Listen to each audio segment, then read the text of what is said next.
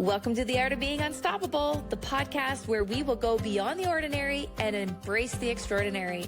Be part of down-to-earth, no BS conversations where we will explore hot topics on love and money, relationships and business, beauty, and who we get to be with all that shit in between. With our insights and your actions, let's be unstoppable together. Let's go. Welcome back to another episode of The Art of Being Unstoppable, and I cannot go without saying hello, people. Taylor Swift's album came out. I don't know if you had a chance to listen to it, but there is a song in there that Vicki and I were talking about. It's called Ruin the Friendship, and it's really about missed opportunities or thinking something or wanting something and not taking action on it and not having the opportunity later because it was a missed opportunity. So Vicki, I know you were talking before we pressed record on this podcast about a missed opportunity with your mom. I wanted to give, before we dive into the storytelling, because this is going to be a lot of stories that we're sharing with you guys today, but I wanted to share the premise of this song. Taylor Swift talks about ruin the friendship. There was a friend that she had growing up that they were really close, really connected. And the lyrics, I'll just share some of the lyrics, right?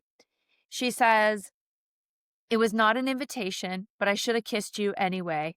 And she goes through telling different scenarios, like you had a girlfriend, and I was friends with your sister. All these things like, oh, don't make this awkward in second period. I thought I might upset you. I thought we might piss off your ex, all of these things.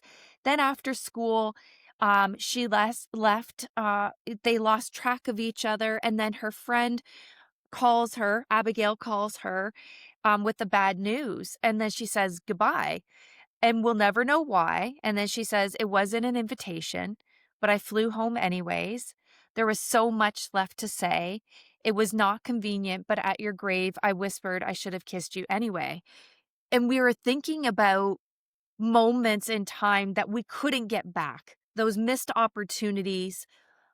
So Vicki, do you want to start with sharing your kind of missed chance or opportunity that you you didn't take action and you couldn't go back Yeah, and rewrite it's it? funny. It is, and I I am not as big of a Taylor Swift fan as Tina is, but I have to say that I'm liking her more and more. I love her as a person.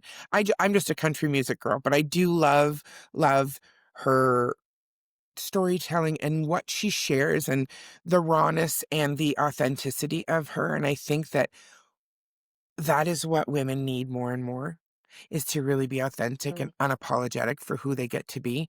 So when you brought this up to me, I was like, the one thing, I mean, there are some others that are definitely stick out in my mind, but one of the things that I always, when my parents passed, my dad passed first, and 58 days later, my mom passed, and she was not ill. So, in those 58 days, we were basically spending a lot of time together. I was with her all the time. We were going through my dad's business stuff because my dad still had a business and was running it. And we were definitely getting on each other's nerves during that time. Because, I'm in business, what do I have to do mode, and my mom's in kind of just processing mode. Do you know Grieving. what I mean? Grieving, but Yeah. not even, she wasn't even, I don't even think she knew she was grieving at that point though. She was just in that processing, like keeping busy, try not to think about it. I mean, they spent their 60 years together, right? So, and I mean, my mom and I were very, very close when I, like growing up, very close as an adult. And we had a falling out, in 2016, I believe it was, and not like us because we don't do that. I'm not talking to you right now thing, but my mom was a little stubborn. She had had a stroke and when I was 40, and after her stroke, her person kind of changed. And that happens. And it really does.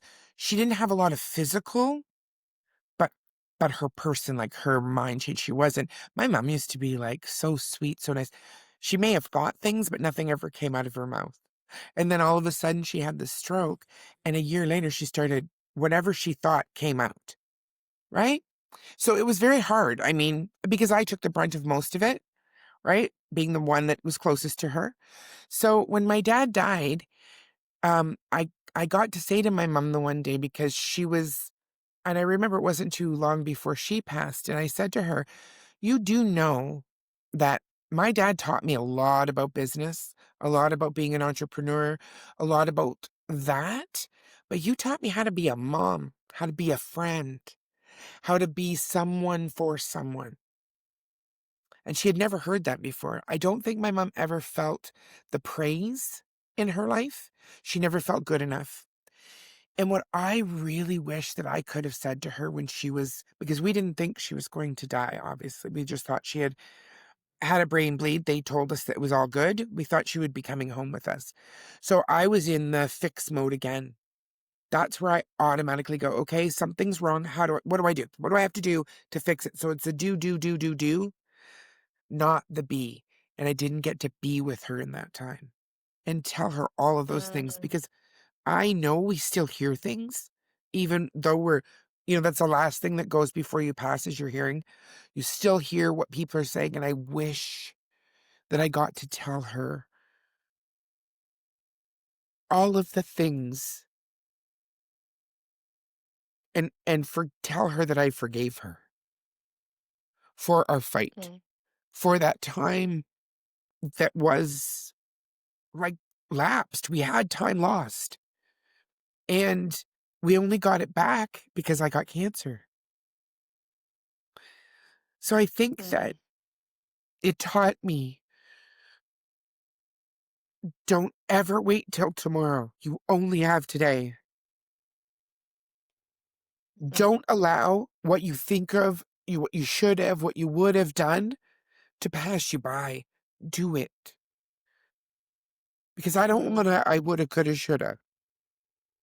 I Right. always say I don't regret anything from my past. What my past has done has created who I get to be today and has taught me a ton. Mm, But that's the one thing that I wish I could have yeah. changed, was to be Yeah. able to just tell her. And I do talk to her and I feel her with me now, but it's not the same. Yeah. You know what I mean? Because I didn't get to say that to her before she passed. So I think I know it's a little heavy and I apologize, everyone, but I think that if for anything else, we should realize that time is, it's a blink of an eye. We don't even know. Mm, And, I don't want to not give you a hug when I see you. And that's why I say to my people that are in my life, you're my family, because life's too short not to love the people that bring you joy yeah. and do the things that you want to do. Like create your business, like step out of your comfort zone and do something completely different. Yeah. So And I know mine taking was a little heavy. Yours is a little bit, you know. Yeah, no, it's I mean, I have a heavy one too, but I'll do something lighter maybe. No, I'm joking. But no, it is so true, right? Because we think that we have all the time in the world, but the truth Oh, is we only have now. We only have right now.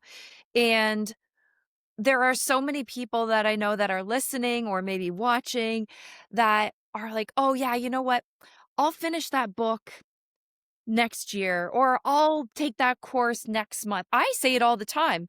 I've yeah, been writing a book for 2 years now. But it's yeah. like, okay, if I were to die tomorrow, you know, is there incomplete business? Are there things that I wanted to do that I never had the chance to do or that I didn't follow through with?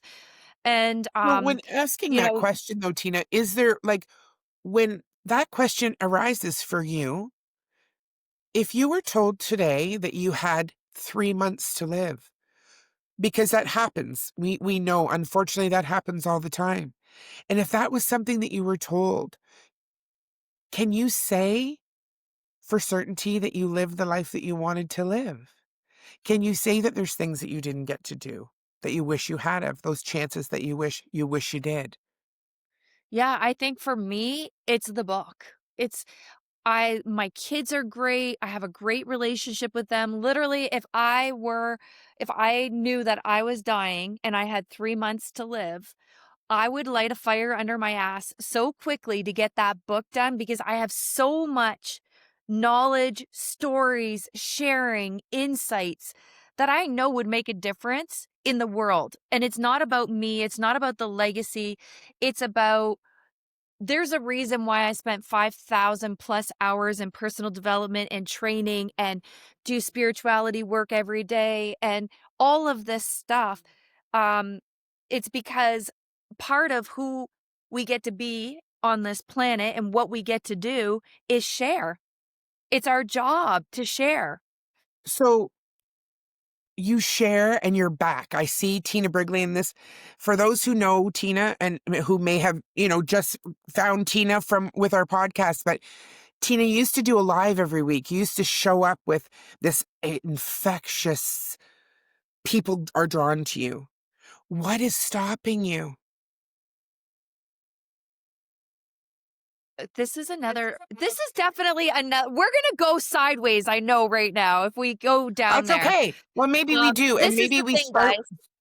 started this No, but podcast this is with an intention for one thing, but really and truly, that's what we're here to do, is to realize that there is no schedule that's our feelings come up. We can sit and talk, Tina, for hours about, we can go from one thing to another thing to another thing.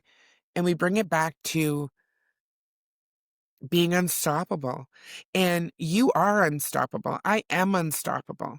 And we figured out a way to deal with those things that we didn't do. But for you, this book, and since I've known you, you've talked about this book, right? yeah. And I think that it's and I know what you would say to me as a client if I was a client. So why didn't you do it? You're being a disservice to those who you could be sharing this with, because you would change people's lives because of it. Right? Because that's what you would say. So when we talk about being unstoppable and putting your ass on the line for something bigger than you, and when, for example, I'll use my book. I have the ideas, I have the chapters, I have the content. But what happens is we're like, oh, this is more important, or this is more important, and how much time do I have? And all of these obstacles and challenges get in the way because we have other priorities that come up. And when it's really important and it becomes a non-negotiable, I know the way that I work. If I give myself a year timeline, 30 days before the end of that timeline, I will get things done because I'm like, well, Right. I have all this time, Yeah. but this is what our brain does. What else? Our brain will hijack us and say, nobody's going to read it. Nobody's going to listen. Is it really that important? Is it Mhm. really that significant? Am I da da da da da da da? It's like training our brain to just forget about all that stuff. If you want it, get it done. That's it. Um, and for me specifically, with the, take a chance, get it done, I think what stops me is not what people would think, or not if it's good enough, or I think sometimes we get derailed. We get derailed. Okay, I wrote a book before, okay? I spent a lot of time. I got a book writing coach. It was like a little, like kind of like a lead gen book. And I remember at the time when it was done and it was ready to go, my business partner's like, he said, well, you can't get your book out before I get my book out. And I said, yeah, but this book is going to support our business. It's the distinctions and da, da. And I remember that stopped me. Somebody Mhm. else's view and opinion and what mattered to them stopped me. So Mhm. it's still sitting on my computer. And now I realize, thank God I didn't get that book out. It was never meant to get out. And so this is the other thing. We think that there's a timeline, and I Mhm. trust and I have certainty that when it's supposed to happen, not when I control it, not when I force it, not it will happen when it's like I feel like there's still lessons that I'm learning. There's still Mhm. things that I'm uncovering. So when it happens, it's going to be exactly the way that it's supposed to be. At the time, I was ready to do that and something stopped me. Now I see sometimes there is something bigger at play. And we could go, this is why I said we could go off on a tangent Yeah. with this because we got to trust everything's happening exactly the way that it's supposed to. And when we talk about being unstoppable, when we force something,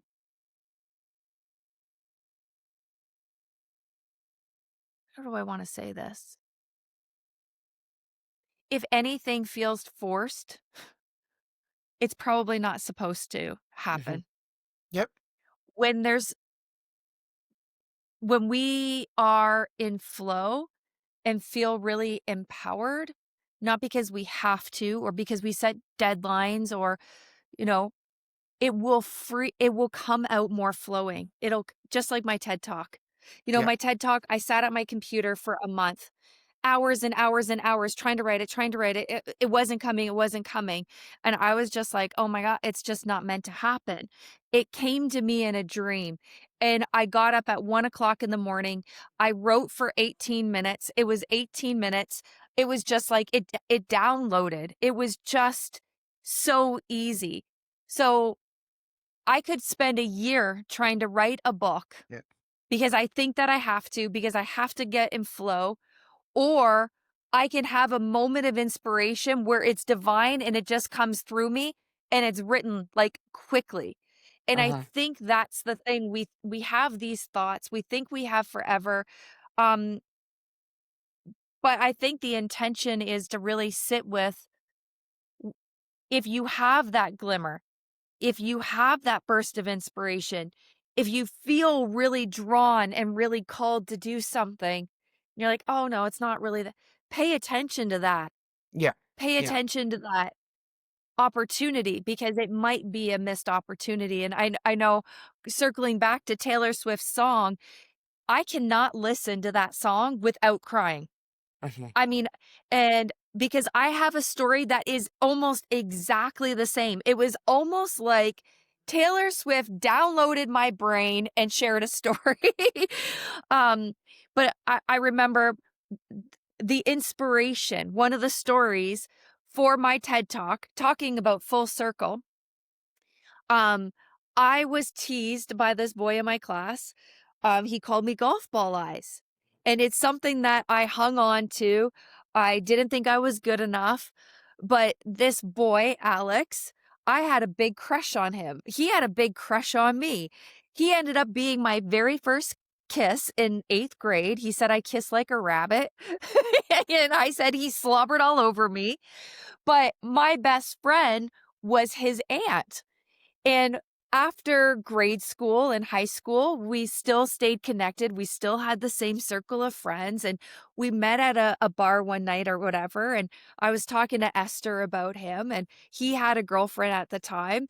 But I was like, oh, I wonder if things would be different with us now. I wonder if he still would slobber all over me and think that, I wonder if he would think that I kiss like a rabbit. But there was always like this attraction. We had this Yeah. like love hate kind of, and, I remember I was sitting in her kitchen and we were talking about it, and she said, "I'm gonna set you guys up. Like, I'm gonna just talk to him and I'm gonna plant the seed and, maybe Yeah. you guys can reconnect." And, so we were plotting this whole situation. And then it just never happened. And we kind of lost track. And I think I started dating somebody else and he started dating somebody else. And then not too long after that, we got she called me and she said that he died in a car accident.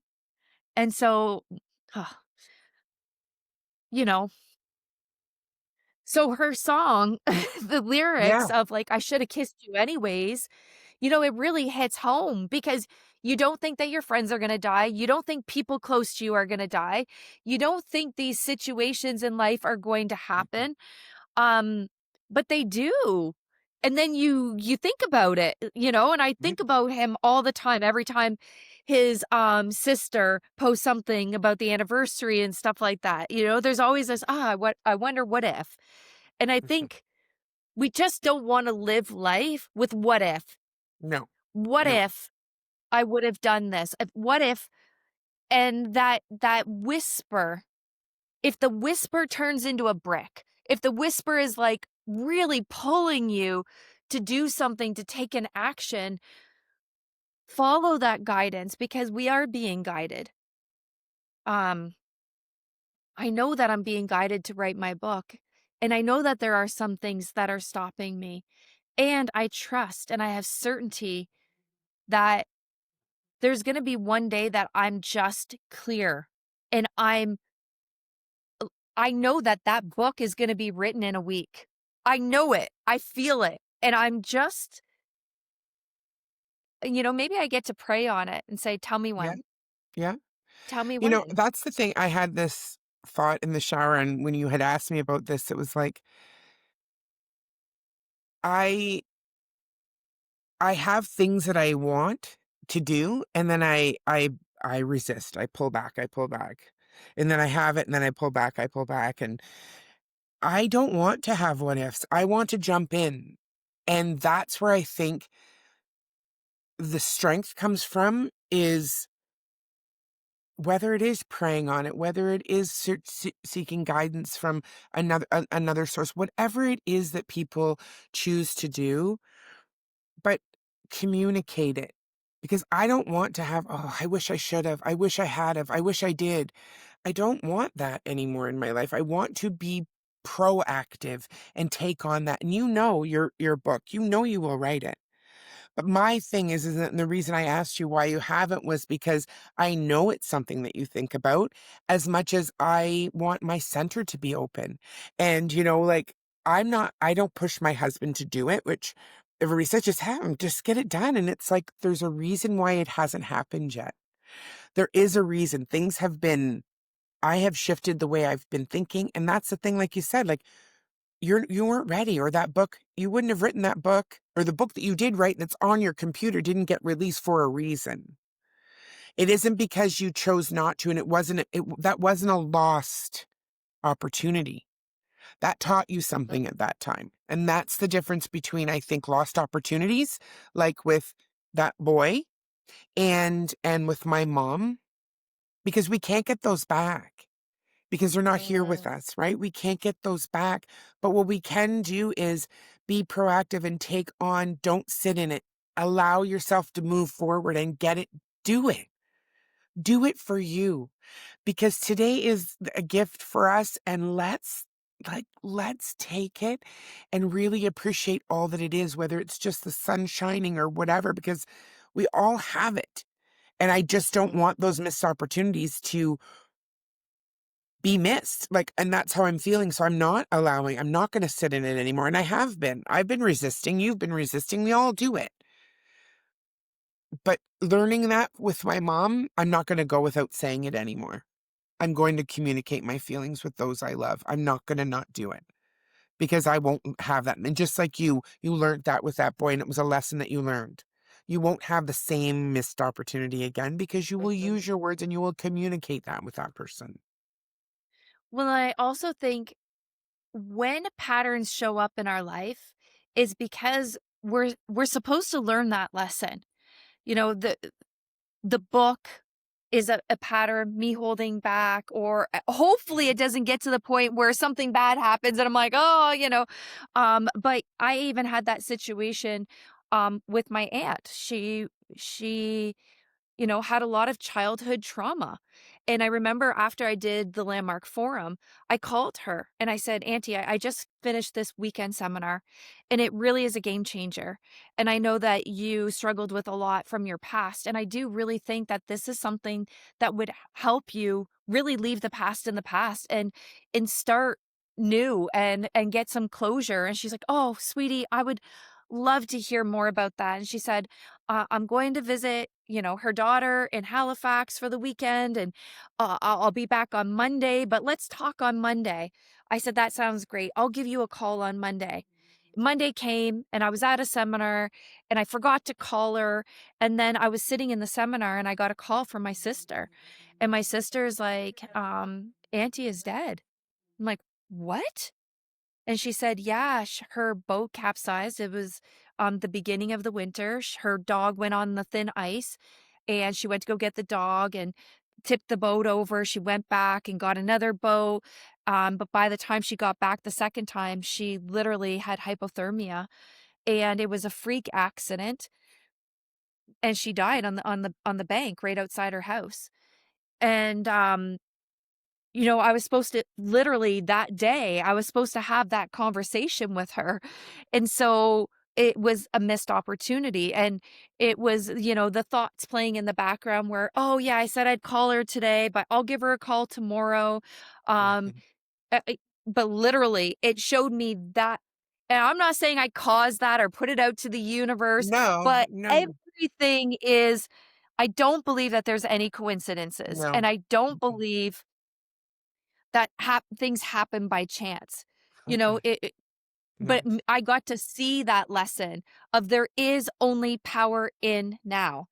And I see it play out. So I know that maybe even someplace in the past, I'm supposed to learn this lesson. I'm supposed to Okay. learn it and give it away and share it. And when we share these things, maybe one nugget, maybe one thing has somebody say, Mhm.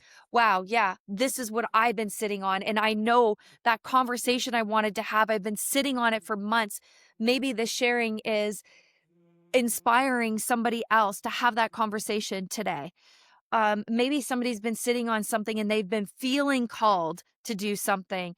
And it's the sharing that has people say, yes, like, let me do this today. Let me do this now. And maybe having this conversation is like, okay, maybe this is actually you asking me that question. Why isn't it done? Why aren't you doing it? Maybe it was just like, yeah, I'm feeling called to do it. I have Mhm. everything that I need to say. And it's not a matter of doing, it's a matter of, can I let go of the work that it's going to take and all the other things that I have to do and all the other commitments? And can I put that aside for the sake of sharing, share for the sake of sharing, Mhm. completing it for the sake of completing it, doing it for the sake of doing it because it's part of my process? Am I able to see that it is part of my process? I don't know the outcome of the process, but I know this is even funnier, you guys. Last year, Vicki gave me this activity to do. Write down 10 things that you want to complete this year. I wrote down 10 things. She said every day burn one of them until on the 10th day you have the one that is what your soul, what your essence, what's important for you. Number 1, write my book. Number 10, the last one that I burned, the last one, and you don't look at them, you randomly. Yeah. The 10th one, the one that I had was finish writing your book. That is not a coincidence. What I Yeah. wrote down, those 10 things, not a coincidence. Number 1 being the book, not a coincidence. The 10th one. And I know in my heart, the first draft of that book will be done before Christmas this year. 100%. I have trust and certainty that that first draft will be written. I don't know how. I don't know what it's going to take. But I trust that it will happen. And this is the thing. Sometimes we get so focused on the how that we forget the miracles that can happen when you set your intention on something, the downloads, the Mm. guidance, the We're messages, listening. the Just people, listen. Yep. the Yep. people, the, Mhm. like, oh, I don't know how to do this. All you need to do is set it out there that it's important. I'm committed, and the how will unfold. The Mhm. miracles will happen around you. But there really truly is only power in now to really ask yourself, what is important to me? What is it that I've been avoiding? I've been stepping over? What is it that I want to communicate? What is it that I I, I want to share with the world? You struggled with Facebook Lives for the Yeah. longest time. I remember Yeah. how much anxiety, and now it's Yeah. just like, boom, Vicky's out there. Vicky's, Yeah. Yeah. it's like And that one action. I think, we could talk about this one topic for a really long time because it involves so much, right? But you said something in there and you said, you know that you will. And it isn't about the how, because you already know the how. That's the difference. You're not focused on the how. You know that once it's just going to all happen. And you have that trust. You have that trust in the universe. You have that trust in God. You have that trust in yourself. And I think maybe that's what we have to understand in this whole thing here. What if? What if you didn't get to do that? What if you didn't? But what if you did? Yeah. Right? Because there's always going to be a what if you didn't. There always will be. We will always have those things. But Yeah. again, like you said, that lesson that we get to learn is from that what if you didn't. But what if you did? And I'm looking Mhm. at that now as, because I have come to peace with not having that conversation with my mom when I did, because she knew I had had a conversation. But after and I believe she's here with me, and you can believe, anybody can believe what they believe, and that's okay. But she knows that, and she's here to guide me and to be with me now. The relationship that we have now, I feel, is so much stronger.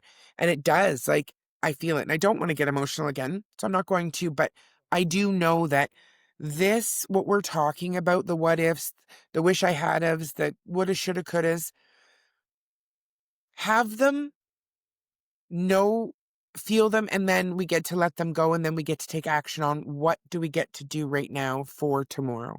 What do we get to do? And you, in that book, that's an important thing for you. For you. And you get to do that. And you will do it. I have no doubt. I mean, we will do an episode on the book because she will have it completed. I know you will. And I know that my center will be completed. It'll be exactly what I needed it to be when it's complete, not what I planned it to be complete 2 years ago.